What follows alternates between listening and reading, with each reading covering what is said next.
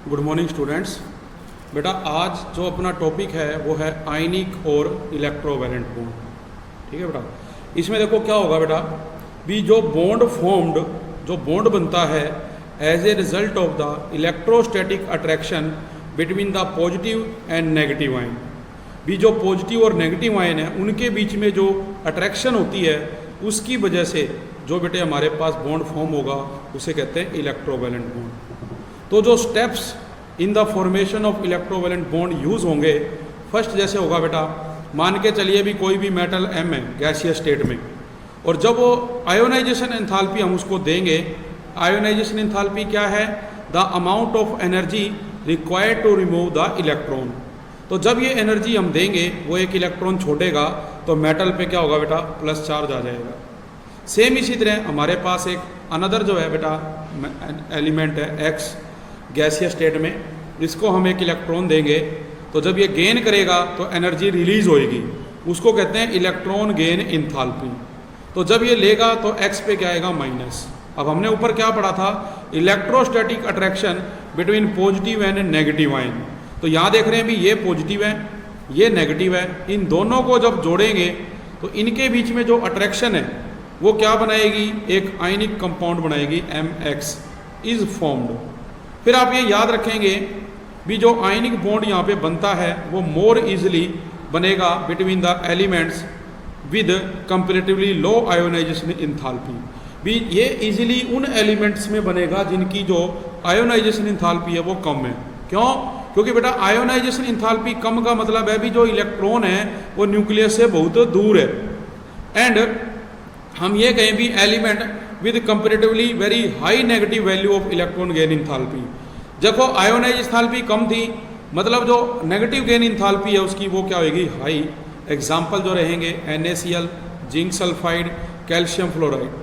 तो जो ionic compound है इन द क्रिस्टलाइन स्टेट बेटा वो कंसिस्ट करते हैं orderly 3 dimensional arrangement of cation and अनायन held together, जो आपस में क्या है, जुड़े होते हैं।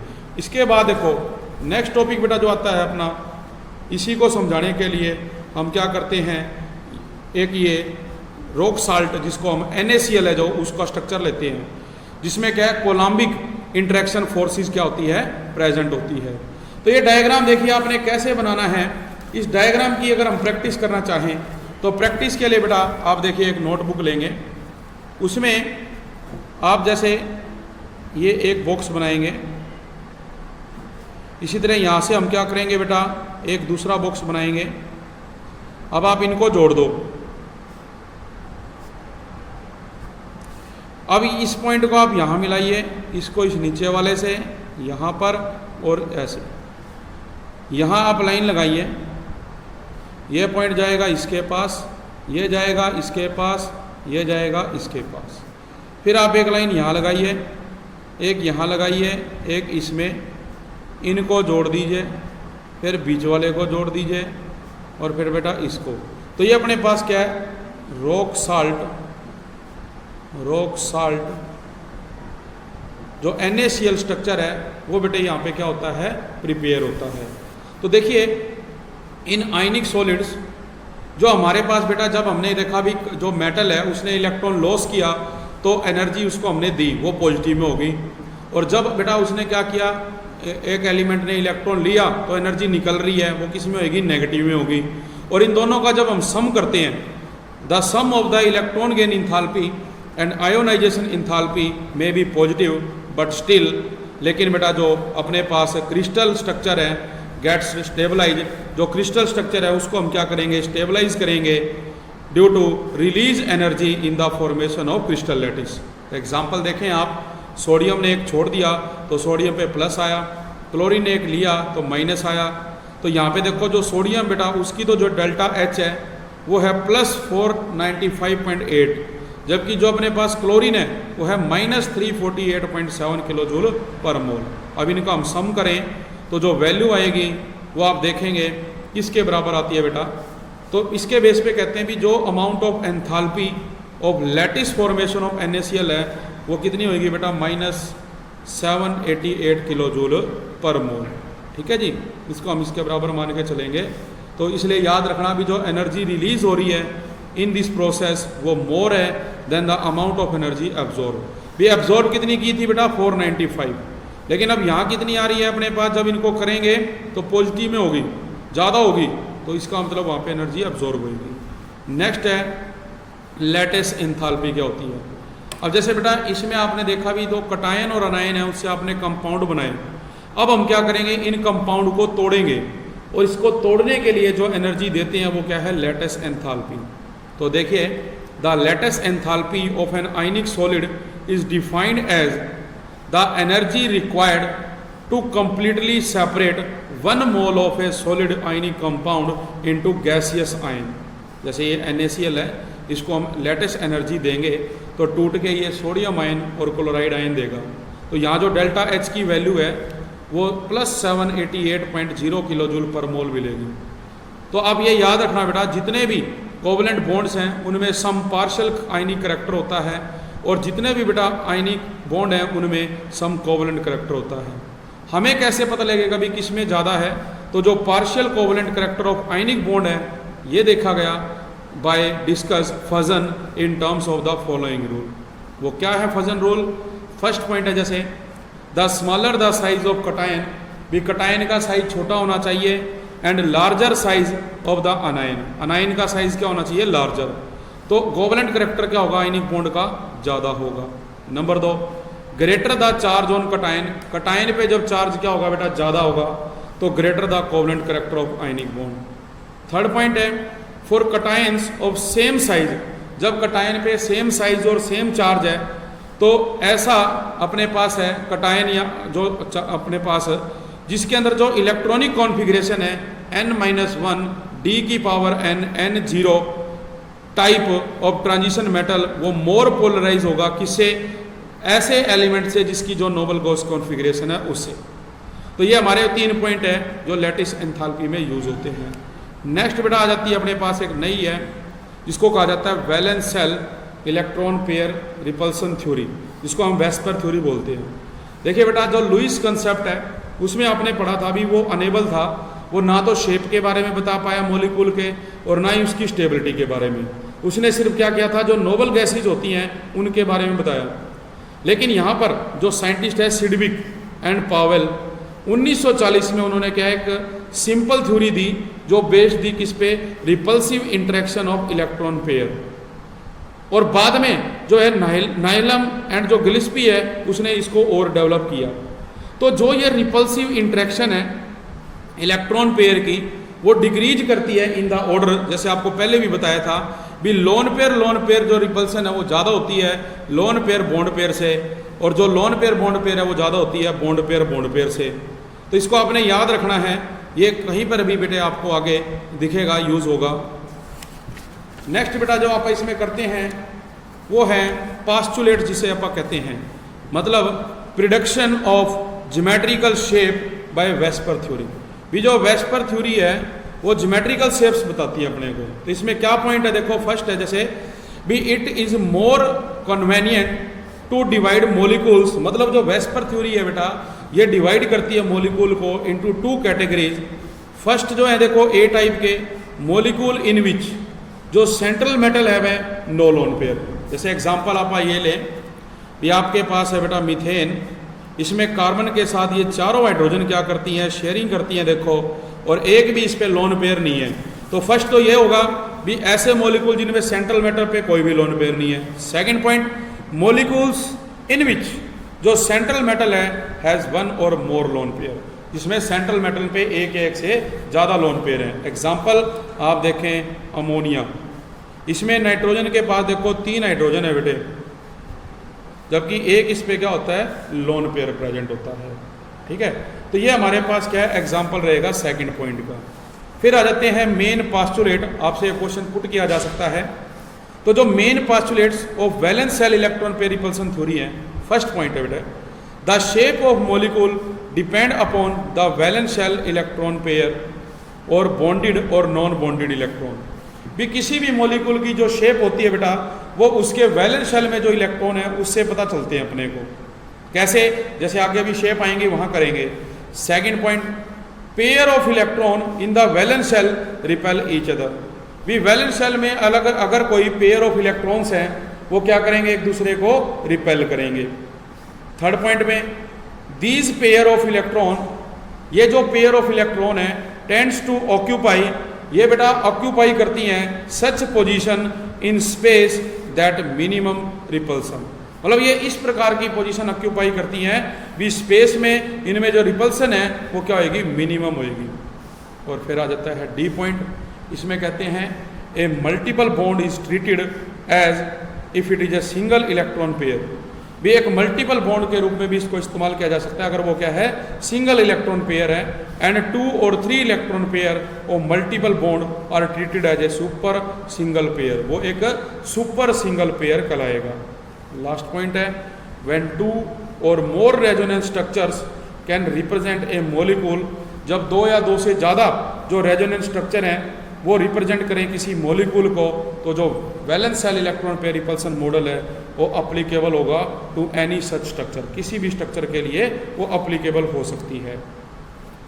इसके बेस पे अब हम जैसे नेक्स्ट पढ़ते हैं बेटा वैलेंस बॉन्ड थ्योरी क्या होती है, जिसको हम कह देते हैं VBT, वैलेंस बॉन्ड थ्योरी। देखिए जो वैलेंस बॉन्ड थ्योरी है बेटे, we to describe the chemical bonding between different atomic orbitals, जो डिफरेंट एटॉमिक ऑर्बिटल्स हैं उनमें जो केमिकल बॉन्डिंग है उसको डिस्क्राइब करने के लिए we have use many theories. First जैसे है बेटा वैलेंस बॉन्ड थ्योरी, सेकंड इसमें जो आएगी आपकी वो होगी इसके अंदर आपके पास बेटा ये तो VBT, इसको हम कहेंगे मोलिकुलर ऑर्बिटल थ्योरी MOT। तो हम 1 बाय 1 करके इनको डिस्कस करेंगे। इससे फर्स्ट है valence bond theory. This theory was introduced by Heitler and London, ये 2 साइंटिस्ट थे, 1927 में इन्होंने इसको इंट्रोड्यूस किया एंड डेवलप फर्दर, इसको आगे और डेवलप किया किसने, पॉलिंग ने। तो अकॉर्डिंग टू दिस, इसके अकॉर्डिंग बेटा वो कहता है जो थ्योरी है ओनली जो इलेक्ट्रॉन प्रेजेंट है in the orbit of valence shell, भी जो इलेक्ट्रॉन प्रेजेंट होते हैं orbitals of valence shell of the bonding atom वो टेक पार्ट करते हैं किसमें, बॉन्ड फॉर्मेशन में। ठीक है, क्या कह रहे हैं दोबारा बताता हूँ भी ये जो थ्योरी है हेटलर और लंडन ने दी और उन्होंने इसको बाद में डिस्क ने बेटा आगे बढ़ाया पॉलिंग ने। तो अकॉर्डिंग टू दिस थ्योरी जो ओनली इलेक्ट्रॉन प्रेजेंट होते हैं orbitals of the valence shell of the bonding atom वो टेक पार्ट करते हैं इन द बॉन्ड फॉर्मेशन। तो इसके बेस पे अपने पास देखो बेटा कुछ क्वेश्चन आएंगे, ये क्वेश्चन आप लोगों ने करने हैं। जैसे कहते हैं right the shape of following compound containing 4 bond pair, 5 bond pair, 7 bond pair, 6 bond pair. अब जैसे 4 बॉन्ड पेयर बनते हैं, जैसे मैंने ये एग्जांपल लिया बेटा CH4, आप देख रहे हैं 1 2 3 और ये 4 बॉन्ड पेयर हैं। अगर हम इनको जोड़ दें तो इस तरह की ये शेप बनाता है। ठीक है, आपने देखा भी 4 बॉन्ड पेयर थे तो इसकी शेप इस तरह से बनेगी। यहाँ आप देख रहे हैं 3 बॉन्ड पेयर हैं। ठीक है, तो इसके बेस पे जो आप कहेंगे अपने पास, जैसे बेटा ये एक टेबल है, इस टेबल में आप देख सकते हैं आपकी बुक में भी है ये, आप देखें भी जो हमारे पास नंबर ऑफ इलेक्ट्रॉन पेयर है वो 2 है, तो जो हमारे पास अरेंजमेंट ऑफ इलेक्ट्रॉन पेयर है वो ऐसे रहेगा बेटा, जिसमें क्या तुम देखोगे 2 बना रहे हैं जिसको हम लीनियर कहते हैं। क्या कहेंगे, लीनियर कहेंगे। जैसे अभी आपको मैंने एग्जाम्पल बताया कि इसके अंदर आपने देखा भी ये क्या था, मीथेन, इसमें ये 4 बॉन्ड पेयर है और जो 4 बॉन्ड पेयर है बेटा इसमें जो स्ट्रक्चर है उसको हम थोड़ा सा डिस्टोर्टेड कर देते हैं। डिस्टोर्टेड का मतलब उसकी शेप चेंज हो जाती है, तो शेप चेंज होने पे जो उसका स्ट्रक्चर बनता है वो इस तरह से बनेगा 1 2 3 और 4। तो ये जो ज्योमेट्री है इसको बेटा कहा जाता है टेट्राहेड्रल। इसी तरह से हम बात करें, जैसे अपने पास क्या है, टेट्राहेड्रल है बेटा ये टेट्राहेड्रल। अगर मैं बात करूं 2 की इलेक्ट्रॉन पेयर, तो एग्जांपल है जैसे बेरिलियम डाइक्लोराइड, तो बेरिलियम के पास ये 2 इलेक्ट्रॉन, इधर ये 2 क्लोरीन है, ये शेयरिंग करेंगे तो ये बनेगा बेटा ऊपर का आएगा बॉन्ड एंगल 180 डिग्री का। तो इसके बेस पे देखो लीनियर शेप है बेटा। जो ट्राई प्लेनर है अपने पास या ट्राइगोनल, उसमें जैसे एग्जांपल है BF3 का। जो टेट्राहेड्रल है अभी जैसे CH4 का लिया मैंने, या आप देखो अमोनियम का लेते हो इस तरह की शेप आएगी। फिर हम बढ़ते हैं 5 वाले पे, PCl5। इसमें क्या होगा, 5 होंगे जिसको हम ट्राइगोनल बाई पिरामिडल ज्योमेट्री नाम देते हैं बेटे। तो ये जो ट्राइगोनल बाइपिरामिडल ज्योमेट्री है, इसमें देखो बेटा क्या होते हैं, इसको इस तरह से जोड़ते हैं भी ये आपका क्या है सेंट्रल है, इसके साथ ये तीन ऐसे जुड़ जाते हैं जिनको आप यहाँ से जोड़ेंगे ऐसे, और दो ऐसे ऊपर जुड़े होते हैं, मान लो H है, ये भी H है, ये भी H है, ये H है और ये H है। तो हो गया, इसकी जो शेप है वो ट्राइगोनल बाई पायरामिडल। एग्जाम्पल आप अगर इसमें लें तो बेटा वो होगा PCL 5 का, ठीक है। तो इसमें ये जो 1 2 3 है, ये तो बेटा क्या होंगे यहाँ पे इक्वेटोरियल पोजीशन पे, और दो कहाँ पे है एक्सियल पे। हम क्या कहेंगे, 3 इलेक्ट्रॉन बॉन्ड एक्सियल पोजीशन, और जो 2 इलेक्ट्रॉन बॉन्ड है वो कहाँ पे होंगे बेटा, एट इक्वेटोरियल। इसके बाद 6 वाला आएगा बेटा, वो ऑक्टाहेड्रल बनाता है। तो ये जो ज्योमेट्री ऑफ मॉलिक्यूल है जिसमें जो सेंट्रल एटम है हैज़ नो लोन पेयर, जिसपे कोई भी लोन पेयर नहीं होता। अब अपने पास ऐसे आ जाएंगे बेटे जिनमें आप देखेंगे भी ऐसे, जैसे कुछ एग्जांपल हैं जिसमें क्या है लोन पेयर है। इसमें क्या होती है हमारी जो ज्योमेट्री है, जैसे हम ले रहे हैं बेटे अपने पास फर्स्ट है AB2L टाइप की, जिसमें कहते हैं जो बॉन्डिंग पेयर है वो 2 है, जो नंबर ऑफ लोन पेयर है वो 1 है। तो आप देख सकते हैं बेटा ये सेंट्रल है A, जो B है वो 2 ये जुड़ गए, और ऊपर क्या है एक लोन पेयर है।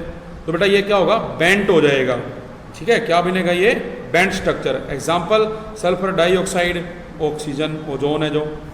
इसके बाद है AB3L बेटा, इसमें अपने पास जो बॉन्डिंग पेयर देखो B कितने हैं 3, तो बॉन्डिंग पेयर कितने होंगे 3 होंगे, और जो लोन पेयर है वो कितना होगा 1। तो अभी जिसे इसका एग्जाम्पल मैंने आपको बताया था, एग्जाम्पल में आप देखते हैं भी अमोनिया NH3, इसमें नाइट्रोजन के साथ आप देखें बेटा ये 3 हाइड्रोजन होती हैं, जबकि एक क्या होता है इस पर लोन पेयर होता है।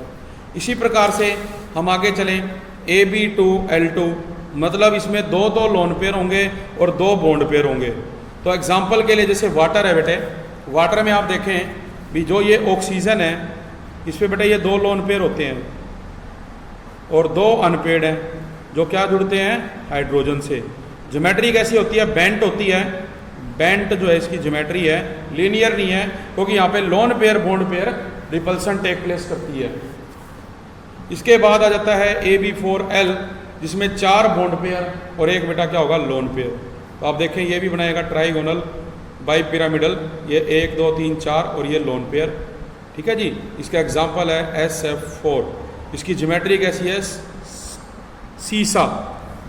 फिर आप देखें AB3L2, 3 लोन बॉन्ड पेयर और 2 लोन पेयर। तो यहाँ देख रहे हैं A के साथ ये 3 बेटा बॉन्ड पेयर बना रहे हैं जो B हैं, और ये क्या है 2 लोन पेयर। शेप कैसी होएगी, T शेप।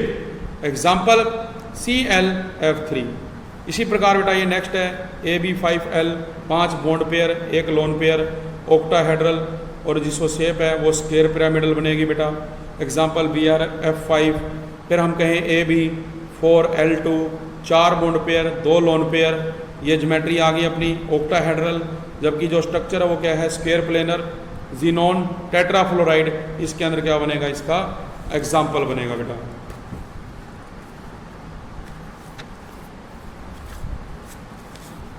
नेक्स्ट जो है बेटा इसमें टॉपिक वो है हाइड्रोजन बॉन्डिंग। चलो बेटा इसको हम करेंगे नेक्स्ट लेक्चर में।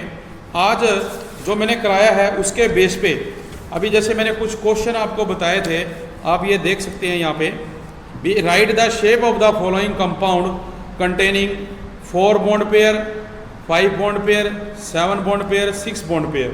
इसी प्रकार से 3 bond pair 1 lone pair, 2 bond pair 2 lone pair, 3 bond pair 2 lone pair और 4 bond pair 2 lone pair.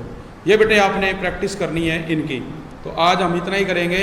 Thank you very much.